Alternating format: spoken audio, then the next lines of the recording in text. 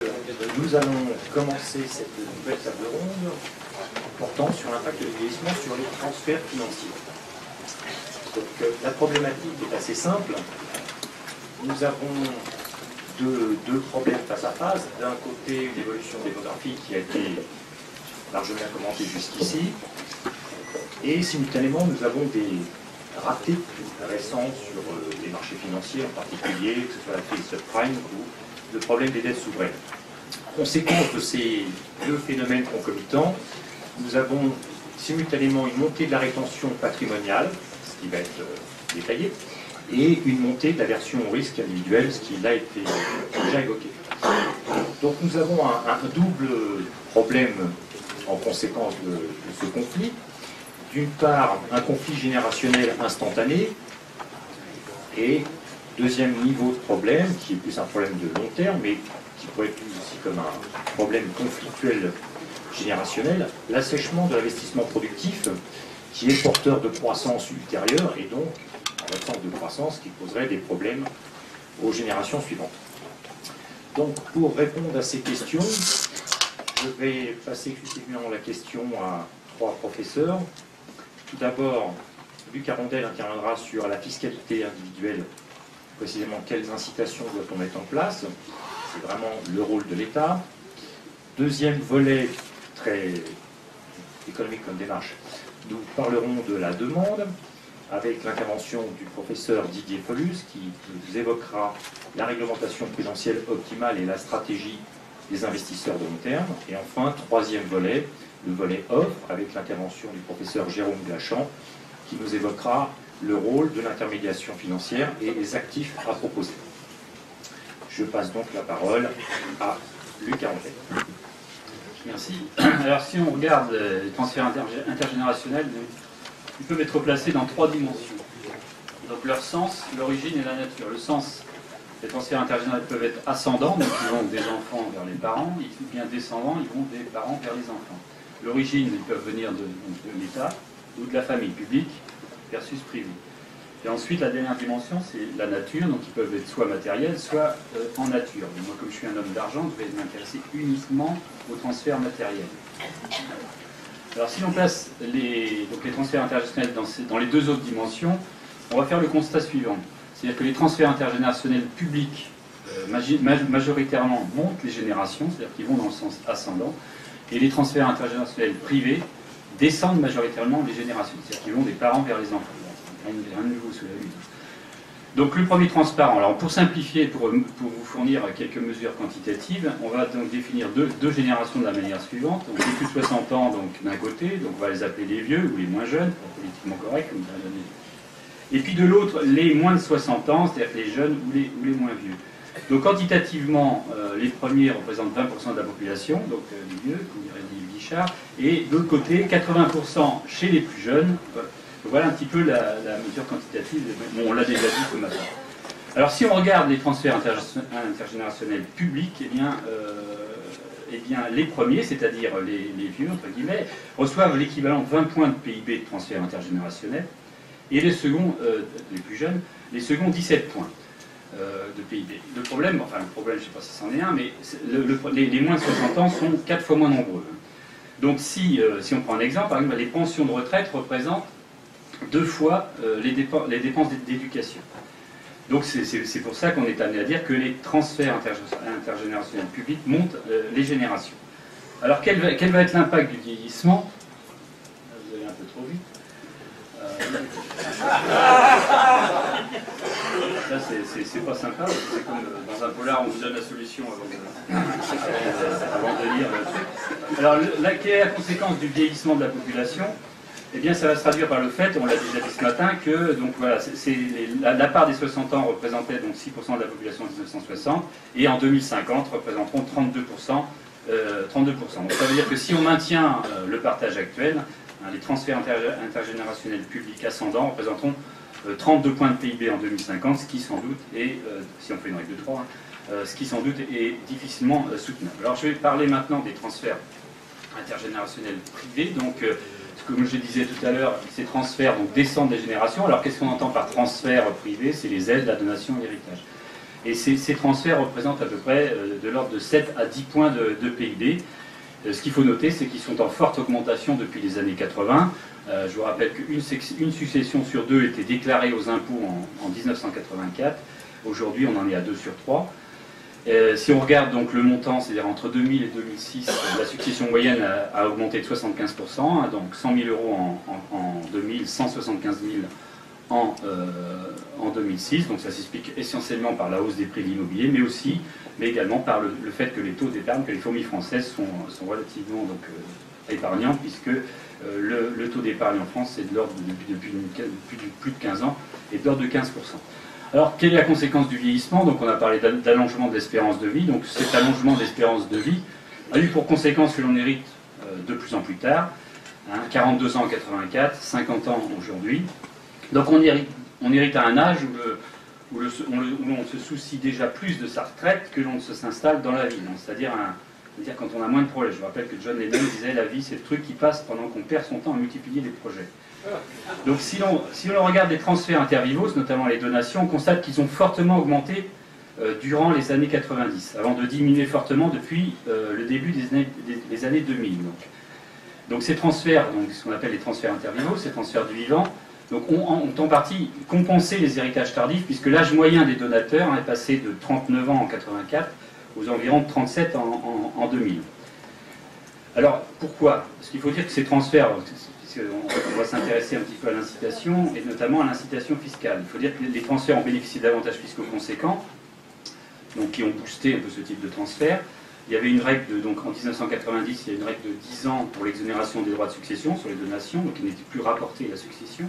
Il y a eu aussi un élargissement de certains droits en 1996 aux petits-enfants, concernant les donations toujours. Il y a eu les donations Sarkozy en 2004-2005.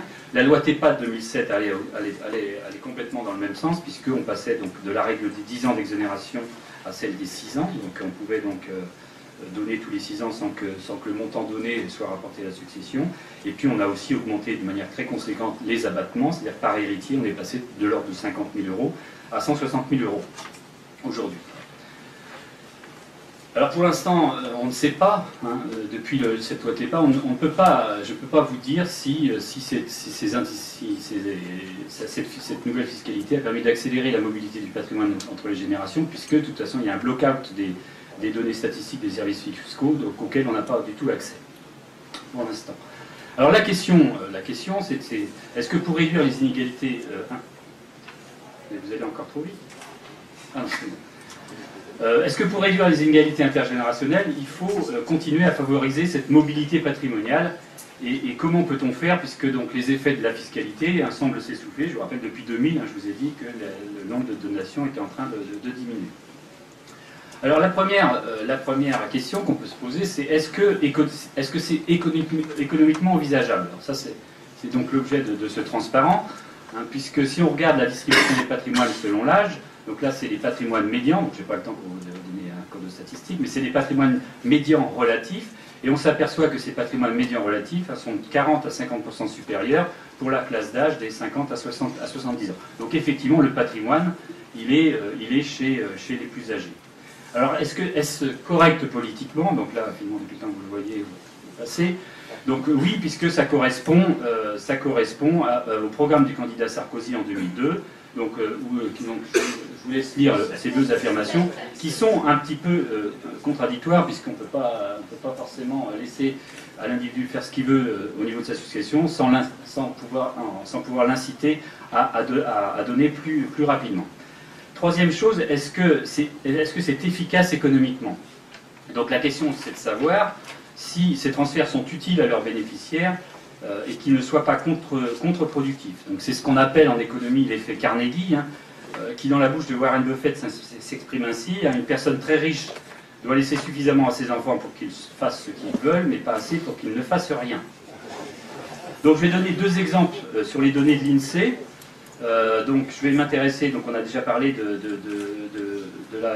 l'achat de sa résidence principale, donc je vais reprendre l'exemple de l'achat de la résidence principale et donc de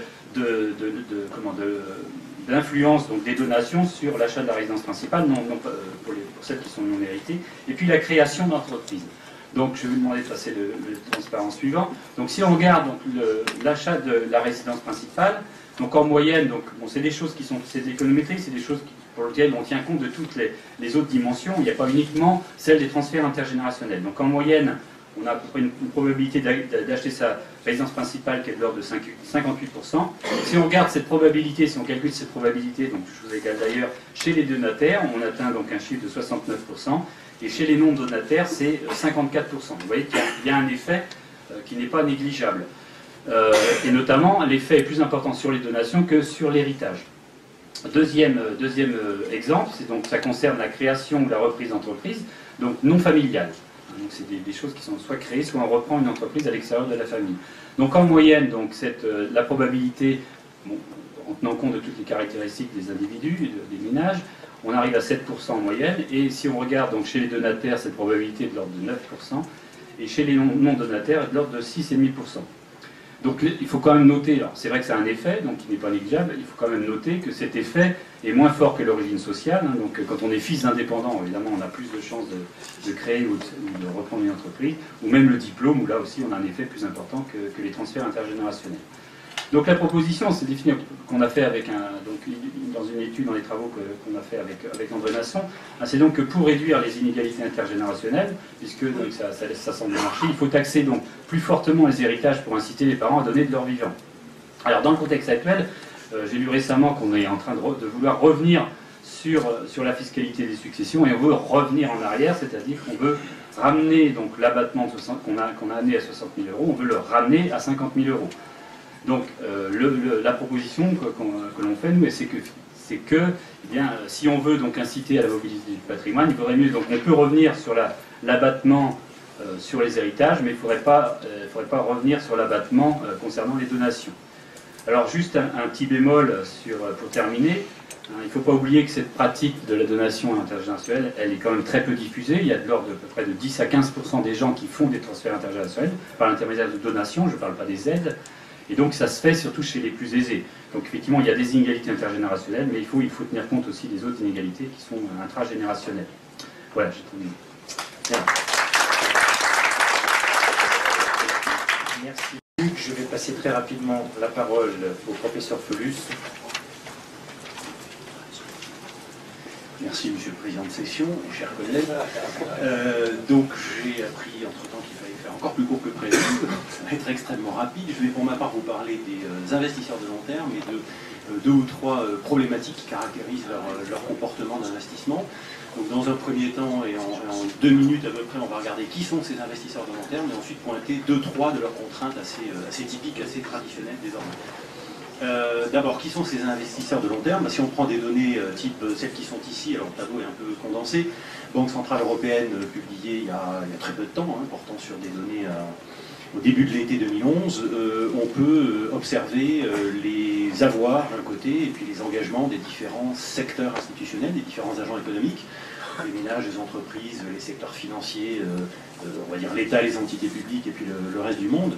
Et j'ai essayé d'identifier dans ce tableau lesquels de ces secteurs institutionnels sont détenteurs d'actifs financiers à long terme. Alors si on regarde les petits calculs qui sont faits là-dedans, tout à fait en bas du tableau, par secteur institutionnel, vous avez la part en pourcentage dans leur actif total, leur actif financier total, des avoirs financiers de long terme, qui peuvent prendre la forme très classiquement, soit d'actifs financiers de placement, des actions, des obligations pour faire simple, ou éventuellement des prêts à long terme.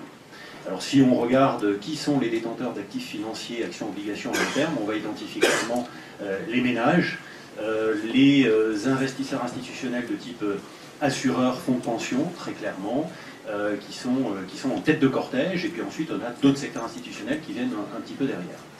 Alors, voilà, suivant.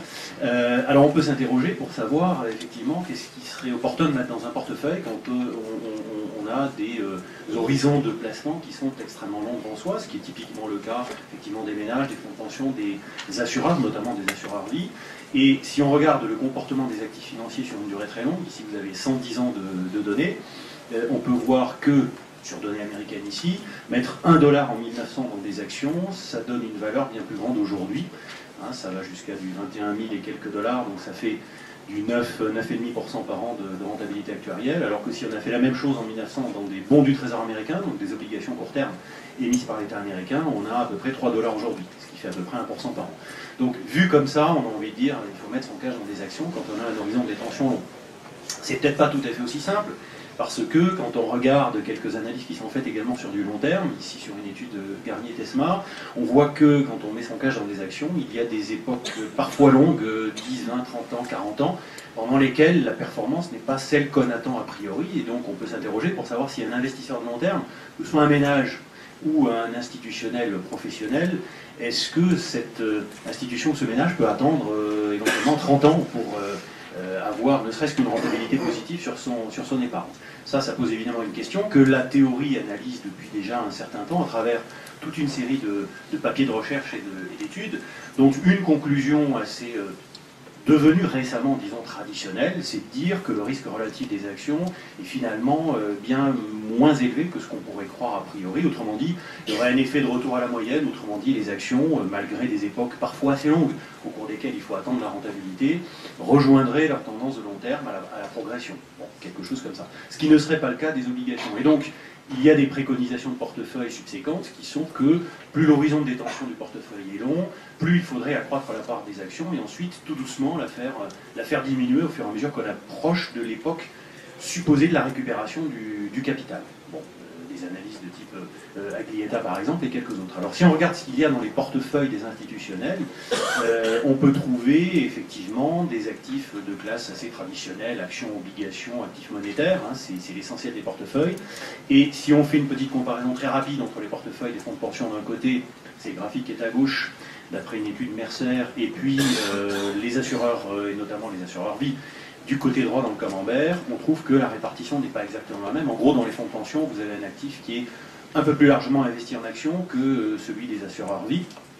Et on peut s'interroger sur qu'est-ce qui explique ce genre de choses, étant donné que finalement, les personnes qui mettent leur... donc je parle des clients de ces institutions qui mettent leur cash dans des institutions financières comme celle-là, ont à peu près le même objectif derrière la tête, que ce soit l'assurance vie en France ou un fonds de pension en Europe du Nord, finalement, c'est pas très très différent en termes d'objectifs pour le ménage qui confie son épargne.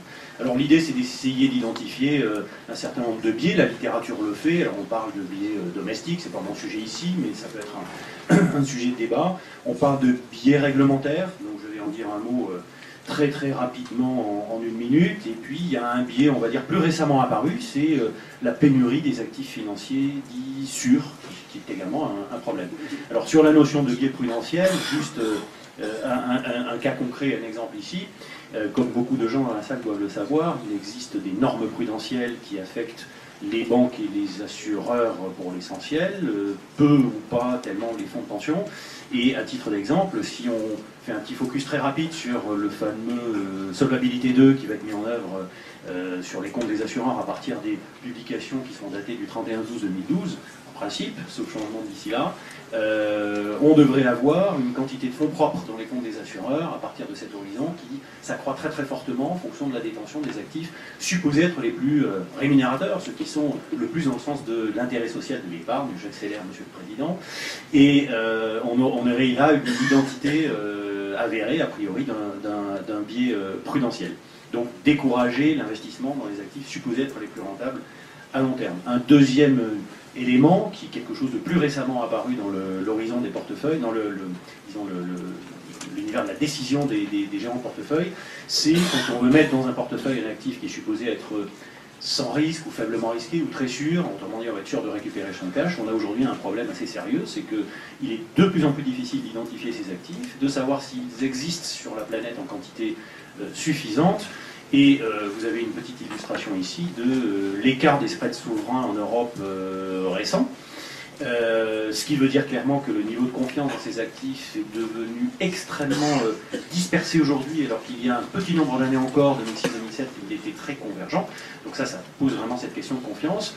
Et j'en prendrai pour preuve ce matin, pendant que des gens étaient arrivés plus tôt que moi ici et écoutaient les présentations, l'État allemand a essayé d'émettre 6 milliards d'obligations, et pour l'instant il n'y est pas arrivé, il en a mis 3,5 milliards ce matin. Donc ça veut dire que même l'actif financier le plus sûr du moment est peut-être pas aussi, n'inspire peut-être pas autant confiance qu'on pourrait l'imaginer. Voilà, j'arrête là-dessus, puisqu'il faut raccourcir et que je prends des coups de pique dans les jambes depuis 10 minutes. Merci. Pour les micro-fiscales et macroéconomiques de demande, nous allons nous interrompre et laisser la parole à Bernard Spitz et nous finirons sur le volet macroéconomique, l'offre, intermédiation et nous conclurons. Merci.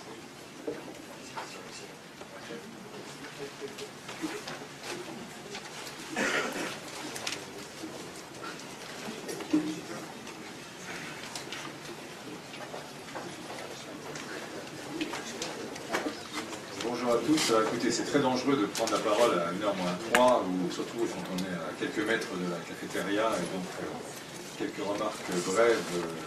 D'abord pour remercier Jean-Hervé Lorenzi et Léon Thompson de m'inviter à partager un moment vos travaux. Je crois qu'il y a peu de sujets aussi importants que les questions de démographie, parce qu'elles conditionnent sur le long terme et structurent les grands choix de société, et que par ailleurs, elles ont l'inconvénient d'entretenir avec le monde politique des problèmes difficiles. Pourquoi? Parce que ce sont des horizons de long terme et qui amènent à des décisions parfois qui peuvent sembler difficiles ou impopulaires et dont les effets positifs se verront 10 ans, 15 ans ou 20 ans plus tard. Évidemment, il y a assez peu de candidats, quels que soient les partis, à prendre des mesures impopulaires aujourd'hui pour des mesures qui bénéficieront à leurs successeurs 20 ans plus tard.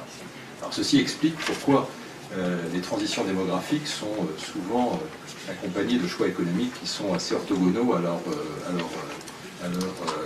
bonne résolution, et par exemple pourquoi nous avons été incapables d'affronter des questions comme les retraites et autres, non pas que nous ne les ayons pas identifiées, mais parce qu'il fallait évidemment en tirer des conséquences qui pouvaient être difficiles à prendre et à assumer sur le plan politique. Alors c'est vrai dans tous les pays, mais il se trouve qu'en France on a une propension plutôt plus forte que d'habitude. Alors, le programme de votre journée est assez exceptionnel, de densité, d'intérêt, dans la variété des sujets couverts, et puisque vous allez aborder le vieillissement sous tous ses aspects, moi je voulais, en conclusion de cette matinée, vous parler des jeunes. Parce qu'en fait, au fond, derrière les transitions démographiques, la question qui se pose, c'est la question de la transition générationnelle. Comment, dans le long terme, dans une société, passe-t-on le relais et comment optimise-t-on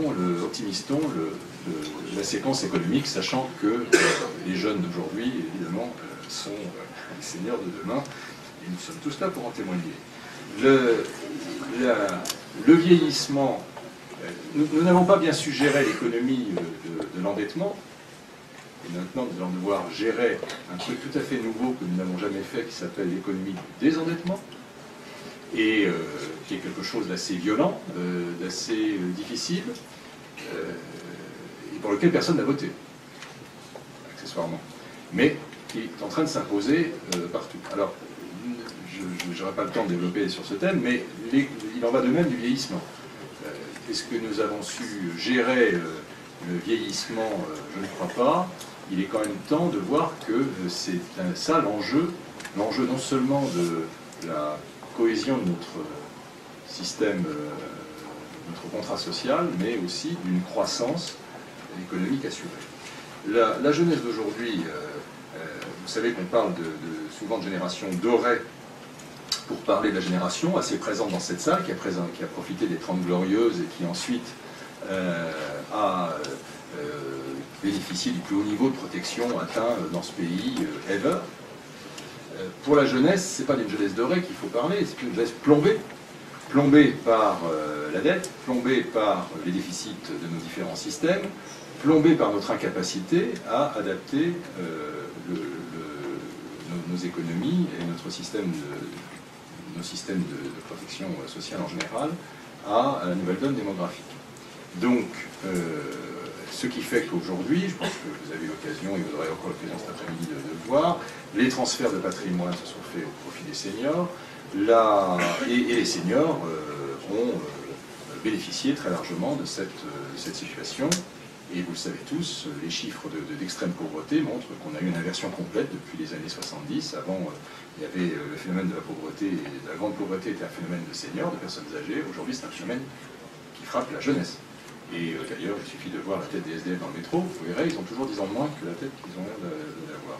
C'est un phénomène extrêmement grave, évidemment amplifié dans le contexte actuel par le phénomène du chômage. Bon, nous avons en France un talent particulier pour marginaliser notre jeunesse en faisant sortir une proportion défiant toute concurrence de non qualifiés, ce qui dans le monde actuel équivaut à un suicide. Nous avons fait des jeunes depuis 30 ans une variable d'adaptation dans tous les domaines, et ils en sont conscients, ce qui fait qu'aujourd'hui il y a un phénomène de bipolarisation qui se produit. Il y a les jeunes très qualifiés, ceux qui en général ont des parents qui leur ont permis d'aller faire des séjours à l'étranger, parce que c'est pas sur l'éducation nationale qu'il faut compter pour l'apprentissage de l'anglais. On a les plus mauvais classements de Piazza de l'Europe du monde occidental.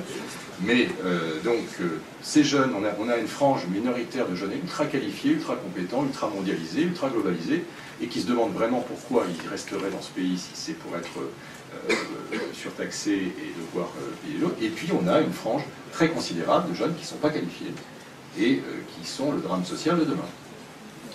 C'est une des façons que nous avons eues de gérer le problème en le passant par le fil. Et donc, c'est un point absolument crucial pour la société française. Et c'est ce que je veux dire quand je parle de tirer les conséquences du vieillissement et d'en anticiper les règles. Donc, je parlais tout à l'heure des retraites. Le livre blanc des retraites de Michel Rocard, peut-être qu'il y en a d'autres. J'avais eu en son temps le privilège d'être l'un de ces modestes contributeurs de l'époque, mais enfin nous savions tous identifier les choses. Il y avait Jean-Michel Charpin qui était présent ce matin, qui a joué aussi un rôle considérable pour expliciter et faire la pédagogie des choses. Je ne parlerai pas des rapports qui ont été construits intellectuellement pour essayer d'expliquer que tout allait très bien et que ça pouvait attendre encore une petite vingtaine d'années de Madame la Marquise. J'espère que ceux-là ont la honte sur leur front, mais en attendant, on n'a pas réglé le problème et aujourd'hui on a à faire face. Vous remarquerez qu'on a un peu le même type de système avec la dépendance, où le principe de l'évitement est quand même le principe qui est le plus appliqué. Et le coût de ce manque de maîtrise du vieillissement, on le mesure tous les jours dans les comptes publics, à un moment où, comme par hasard, les comptes publics deviennent l'enjeu central de la politique et des choix nationaux. Et nous le voyons dans nos déficits en matière de vieillissement, et nous le voyons dans nos déficits en matière même de branche maladie. Et tout ça est absolument un gâchis, parce que cette incapacité à gérer cette maîtrise du vieillissement est en même temps crée un phénomène d'exclusion qui nous prive, qui n'a que des aspects négatifs. C'est pas du win-win, c'est du lose-lose-lose. Nous avons moins d'actifs seniors qui viennent, c'est autant d'argent en moins de fiscalité qui viendrait abonder le secteur. En revanche, on a développé des politiques malthusiennes assez absurdes, consistant à faire partir les vieux pour soi-disant faire entrer les jeunes, mais dans les conditions que je viens de dire, évidemment, ça n'a pas marché. Et le vieillissement de la population française a des impacts tout à fait macro. On en parlait à l'instant dans la présentation qui était faite sur les phénomènes d'assurance vie. Vous voyez qu'il y a un phénomène très simple qui vient de très moderne, très actuel. On observe maintenant de façon très sensible une tendance structurelle à une augmentation des rachats en matière d'assurance vie. On retrouve chaque mois, qui font partie du problème, parce qu'il est lié au vieillissement de la population française. Plus de retraités, c'est moins et moins d'actifs, c'est du coup autant de cotisations en moins pour les gens qui se constituent leur épargne et les gens qui viennent en retirer un peu parce qu'avec la crise, etc., qui viennent augmenter leurs revenus, qui viennent prendre une partie sur l'épargne. Et ça, c'est quelque chose, c'est un phénomène qu'on va voir de façon croissante parce qu'il est lié à... Et du coup, ce phénomène, évidemment, n'est pas sain du point de vue du financement à long terme de notre économie. Le sujet dans lequel cette maison qui nous accueille aujourd'hui, la Caisse des dépôts, est particulièrement vigilante parce qu'elle nous prive d'une épargne à long terme qui aujourd'hui est celle essentiellement assurée par l'assurance vie, parce qu'effectivement, elle n'a pas de pension, etc. Et donc qui fait qu'on a un phénomène prive l'économie d'une forme d'oxygène qui générerait de l'investissement, de la croissance, donc des emplois, et donc qui participerait de cet effort de redynamiser l'économie dans un pacte intergénérationnel. Alors, qu'est-ce qu'on peut espérer pour mettre fin à cette spirale? Il y a plusieurs axes à imaginer, je ne vais pas les développer à cette heure-ci et aujourd'hui, mais je pense qu'il y a à la fois deux axes essentiels. Le premier, c'est d'exploiter le vieillissement pour en faire une opportunité de croissance, et donc de soutenir l'activité des salariés seniors. Ce matin, quelqu'un disait que si le taux d'emploi des 50-65 ans était le même en France qu'en Allemagne, il y a 1,3 million de personnes en plus qui créeraient de la richesse. Un chiffre qui est extrêmement parlant. Ça suppose aussi de changer un certain nombre d'éléments dans les mentalités et de mobiliser les entreprises à cet effet. Il y a toujours dans cette idée de faire une opportunité de croissance de la seniorisation de la société française, le fait de développer tous les marchés qui sont liés aux seniors, en particulier des marchés qui ont une forte part d'innovation technologique et de modernité. Je pense notamment à tout ce qui développe les services mobiles, que ce soit dans le domaine de la santé ou ailleurs. Il y a des expérimentations, plus que de la compétition, il y a des marchés qui ont démarré au Canada, aux États-Unis, qui sont extrêmement intéressants en la matière et qui sont créateurs de richesses. Et puis, il y a des actions de politique économique, au sens macro du terme, qui doivent avoir pour effet de compenser les effets attendus du vieillissement pour créer plus d'équité intergénérationnelle. Et là, on entre dans tout ce qui concerne la politique d'épargne et d'investissement, qui doit favoriser le long terme et qui doit permettre donc de re-rentrer dans ce cycle, dans ce cercle vertueux et pas dans le cercle vicieux qui est celui d'une vision à la fois restreinte, qui, au lieu de viser la croissance, a une dimension malthusienne où il s'agit de considérer que l'emploi est quelque chose et la croissance est quelque chose qui doit se partager entre le petit nombre d'élus. On est à une période clé pour ça, parce que c'est des choix collectifs qui sont majeurs, c'est des choix de nature sociétaux et qui interviennent à un moment où nous sommes à la veille de grandes échéances politiques. C'est donc le moment pour que ce débat soit sur la place publique, que nous nous en fassions l'écho.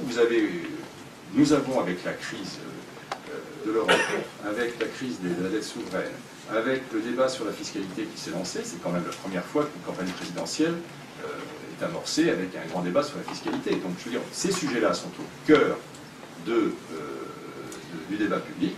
Ça, c'est une chance, parce que c'est la chance d'échanger là-dessus et de faire en sorte que le gouvernement, quel qu'il soit élu à la fin de cette séquence, puisse avoir à la fois réfléchi à la question et s'appuyer sur une légitimité pour faire prendre à la France les changements, les virages qu'elle a jusqu'à présent hésité à prendre, parce qu'elle a été tétanisée, parce qu'encore une fois, les hommes politiques n'avaient pas le sentiment d'avoir à la fois la réflexion et la légitimité nécessaires. Il faut que ça cesse, il faut que les choix soient faits, et ces choix, ils doivent être faits dans le sens de cette maîtrise d'une société qui vieillit pour de nous. Et ce qui n'est pas une mauvaise chose en soi, loin de là, c'est une société, je ne reviens pas sur tous les éléments qui sont les éléments positifs de ça, il faut tirer parti de ça, positiver ça, et le faire dans le cadre d'une équité intergénérationnelle, et qui redonne un espoir et une solidarité entre la jeunesse et les seniors de ce pays. Voilà. Je vous souhaite un bon appétit, pardon d'avoir donc retardé d'une seconde.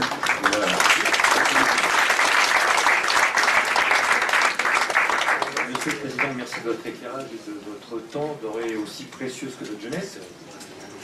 Nous allons donc pouvoir finir cette table ronde avec l'intervention de Jérôme Lachan. Profiter de cette transition non démographique. Bonjour, c'est une tâche difficile puisque je dois vous tenir en haleine durant 5 minutes. Je vais essayer de faire très court. Je voulais simplement insister sur un ou deux arguments, donc essayer d'aller à l'essentiel. La question que l'on peut se poser, c'est l'impact du vieillissement sur essentiellement la qualité de l'épargne. La qualité de l'épargne, elle dépend d'abord des motifs de l'épargne, des épargnants vieillissants, puis elle dépend ensuite de la qualité du système financier ou de sa capacité à transformer éventuellement cette qualité d'épargne. Donc c'est de ça dont je veux vous en revenir dans des économies qui sont évidemment des économies vieillissantes. Alors, ce qui me semble important à dire d'abord en termes de vieillissement, c'est expliquer que ce qui m'intéresse davantage, c'est plutôt la question du vieillissement individuel. On peut qualifier comme étant un allongement de l'horizon individuel, plutôt que la dimension collective, où on voit bien que c'est un phénomène qui est un phénomène en partie transitoire. Il y a ce boom, ce baby boom qui se transforme en baby boom. Je voudrais laisser de côté ce phénomène-là pour me concentrer plutôt sur la question du comportement de l'individu face à un horizon de vie qui est plus long. A priori, on peut penser que d'abord, parce que l'horizon de vie est plus long, le motif d'épargne du cycle de vie est plus puissant. Donc, quelque part, on a un renforcement de ce motif. C'est peut-être quelque chose qu'on peut discuter. Ça concerne plutôt la quantité d'épargne que sa qualité. En termes de qualité de l'épargne, il y a certainement un effet ambigu qui a été longtemps discuté dans la littérature sur les conséquences de l'horizon de l'investisseur, de l'épargnant en l'occurrence, sur le partage entre actifs risqués et non risqués. Et évidemment, il y a peut-être une idée un peu fausse qui circule, qui est l'idée que plus on a de temps devant soi, plus on est enclin à prendre des risques dans ses investissements. Et Samuelson a montré que ceci était peut-être un peu fallacieux et qu'il fallait faire attention à ce type d'affirmation. C'est pas parce que l'horizon s'allonge que mécaniquement les gens sont enclins à prendre plus de risques parce qu'ils peuvent se refaire ensuite. Je vous invite à regarder ce que dit Samuelson à ce sujet, c'est intéressant. Deuxième aspect, donc ça c'est déjà une première conclusion. Deuxième aspect, le vieillissement individuel, il génère des nouveaux risques, des nouvelles formes de risques. Donc d'abord, ça concerne un point important, évidemment, la question de l'état-providence et de la soutenabilité de ses engagements. Donc, les choses sont plus compliquées pour l'épargnant, qui perçoit mal ce qui va se passer. Ensuite, le risque de fin de vie, qui existait auparavant, le risque de longévité peut être plus important aussi. On parle de dépendance, de qualité de la vie en fin de vie, etc. Donc on a des nouveaux risques qui apparaissent. Ce qui me semble également important à dire, et ça c'est un phénomène qu'on voit apparaître, c'est que la théorie du cycle de vie, tendance Modigliani-Broomberg des années 50, est certainement dépassée. Les possibilités d'investissement individuel sont élargies par le vieillissement. Notamment, on voit apparaître l'idée d'un capital santé. Les gens investissent pour allonger leur durée de vie. Donc on a des phénomènes là qui sont nouveaux, qui n'étaient pas, on ne tenait peut-être pas compte dans le modèle original, mais qui motivent nécessairement la demande, notamment en produits de santé, et puis en confort, etc. Il y a une prise en compte de la valeur de la vie. On peut avoir le même type de raisonnement sur la question du capital formation compétences. Tout ça pour dire que la question de l'épargne financière, elle est dans un cadre aujourd'hui qui est un cadre certainement élargi parce qu'il y a d'autres possibilités d'investissement qui sont des possibilités d'investissement intangibles, capital intangible, et qu'on maîtrise peut-être pas très bien. Donc il faut tenir compte de ces mutations pour réfléchir effectivement aux conséquences du vieillissement sur cette épargne. En ce qui concerne la littérature empirique, puisque c'est un aspect qui évidemment intéresse beaucoup d'économistes, il y a beaucoup de travaux économétriques, difficile en fait d'avoir des conclusions qui sont tranchées sur l'impact du vieillissement quant à la qualité et la quantité de l'épargne. En fait, la difficulté, elle provient simplement d'un problème simple qui est qu'on a un effet de composition, à savoir effectivement des générations vieillissantes qui sont de plus en plus nombreuses, et puis on a des effets individuels. Et évidemment, il est très très difficile de séparer les deux à la fois. Donc, d'où une difficulté à tirer des conclusions robustes de cette littérature empirique. Moi, je voudrais mettre en avant, moi, ce qui me semble, c'est que le vieillissement va induire une demande de sécurisation croissante dans l'épargne de cycle de vie. Et donc, les épargnants vieillissants vont chercher de plus en plus, via leur stratégie financière, en fait, à se constituer une réserve de valeur, plutôt que quelque chose que l'on essaie de construire pour un motif de rendement ou de le faire croître. Donc il y a ce motif un peu de réserve de valeur qui me semble très important, et il me semble d'autant plus important parce qu'effectivement il y a cette incertitude assez radicale sur le devenir de l'état-providence, et parce qu'il y a des comportements de précaution qu'on voit apparaître face aux risques individuels qui concernent les autres composantes de l'actif des ménages, composantes intangibles. Donc tout ça, ça a des conséquences sur les structures des portefeuilles de cycle de vie, ça a des conséquences qui sont que on va plutôt investir dans des produits qui sont des obligations plutôt que des actions, contrairement à ce que j'ai dit sur les transparents. On va plutôt chercher des sorties en capital que de la rente monétaire. C'est tout ça, cette sécurisation. Donc la question qu'on doit avoir ensuite, c'est que si on croit à cette idée, l'idée que effectivement ces épargnants vieillissants sont plus à la recherche d'une réserve de valeur que d'investissement, il y a un problème de compatibilité entre tous les besoins dont on a parlé d'une société vieillissante, les fonds des entreprises, des infrastructures publiques, le venture capital, tout cet investissement risqué, et puis en fait la nature de cette épargne qui est en recherche de sécurisation plus que de risque à prendre. Donc, la question ensuite de l'intermédiation financière, c'est de savoir comment on peut adosser un actif qui doit être risqué, parce que effectivement investir à long terme, c'est prendre des risques, une société en mutation, à un passif qui en partie refuse de l'être.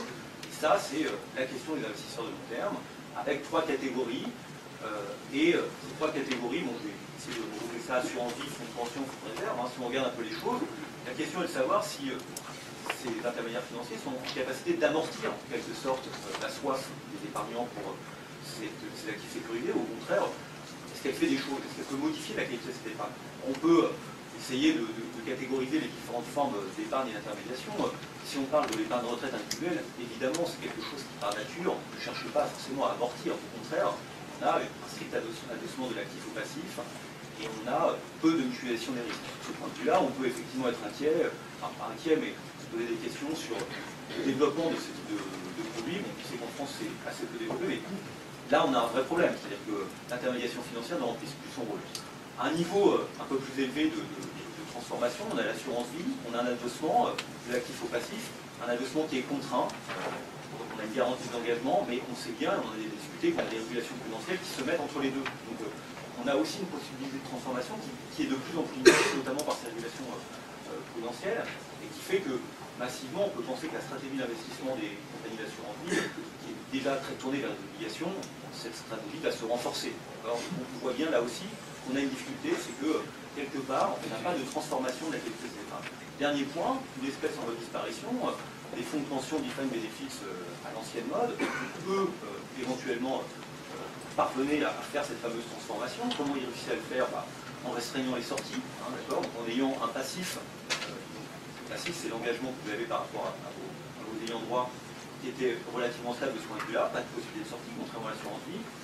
Un passif aussi qui était plus adossé à des fluctuations économiques, des indexations sur les salaires, des choses de ce type, et donc une stratégie d'investissement plus tournée vers les actions. On voit bien que, effectivement, cette forme d'intermédiation financière est en régression, ce que l'on peut regretter, parce que c'est précisément ce type d'intermédiation qui permet d'échapper à ce que j'explique précédemment, c'est-à-dire cette tendance des épargnants à rechercher la sécurisation. Donc au total, on peut effectivement être relativement inquiet sur la capacité aujourd'hui de l'intermédiation financière à amortir ce dont je parle et à transformer l'épargne. Alors je terminerai peut-être de manière sur quelques pistes, alors c'est toujours peut-être un peu risqué. Hein. Alors je vais essayer d'en mettre pour que vous essayer d'en trouver d'autres. Moi il me semble qu'effectivement si on cherche à réfléchir à ces problèmes, il faut réfléchir en termes de choix de portefeuille élargi des ménages. C'est-à-dire bien comprendre qu'il y a l'épargne financière, mais il y a aussi d'autres formes d'accumulation, d'autres formes de stratégie d'investissement pour l'épargne, pour le ménage. Il y a une stratégie d'investissement qui est contrainte, c'est celle qui fait que l'on verse des cotisations à un État et qui envoie des prestations. Donc on doit faciliter cette logique de choix de du portefeuille. Et donc on doit être en capacité aussi de lui fournir des informations relativement claires, les plus claires possibles sur le rendement de ces investissements alternatifs. Et je pense que, par exemple, on pourrait tenter de modérer l'anxiété liée au devenir des épargnants, qui est un moteur de la formation d'une épargne de précaution de long terme, c'est quand même un peu paradoxal, en ayant une meilleure mesure de la valeur du système de sécurité sociale. On parlait tout à l'heure de la réforme du régime Fantech.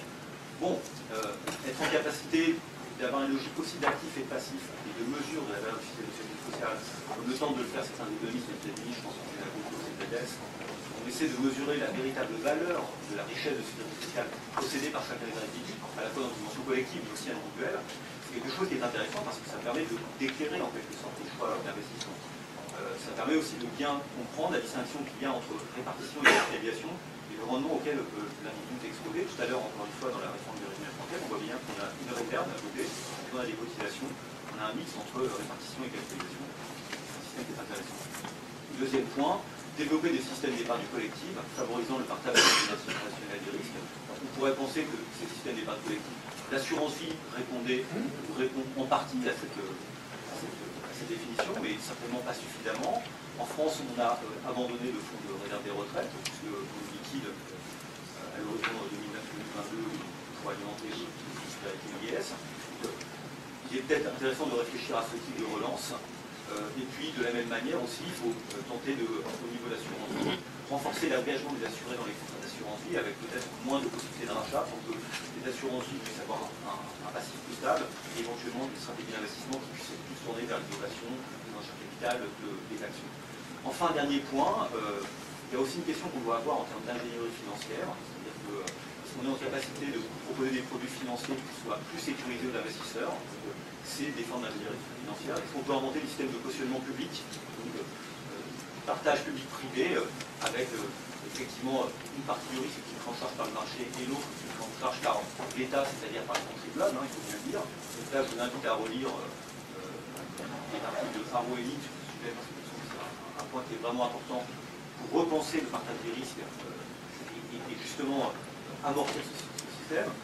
Dernier point qui est dans ce type d'argument, en France, on a lancé maintenant des formules d'obligations sécurisées, corporate bonds, à destination des PME, à destination des banques qui financent les PME. Voilà un système qui est éventuellement, une réflexion qu'on peut avoir, qui permet de transformer les crédits qui sont risqués pour ces grands PME, éventuellement en titres un peu plus sûrs, dont les assureurs privés peuvent être friands. Et donc c'est peut-être aussi des manières de réfléchir à une meilleure transformation de cette épargne sécurisée en une épargne qui est prête à prendre des risques. Voilà.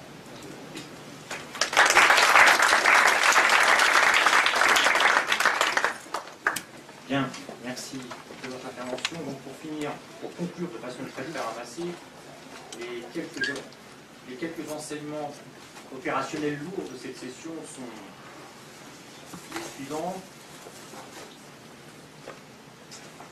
Donc, pour résoudre le conflit intergénérationnel qu'on a vu, qui soit compatible avec une croissance à long terme dans une économie vieillissante, ceci passe par un régime fiscal plus favorable à une succession patrimoniale accélérée, une réglementation prudentielle plus favorable à l'investissement productif, peut-être une révision ou une modération de Bâle 3 et Solvency 2, un monitoring des politiques macroéconomiques par les marchés. Si les agences de notation sont à recadrer, de là à les supprimer, c'est peut-être probablement très excessif.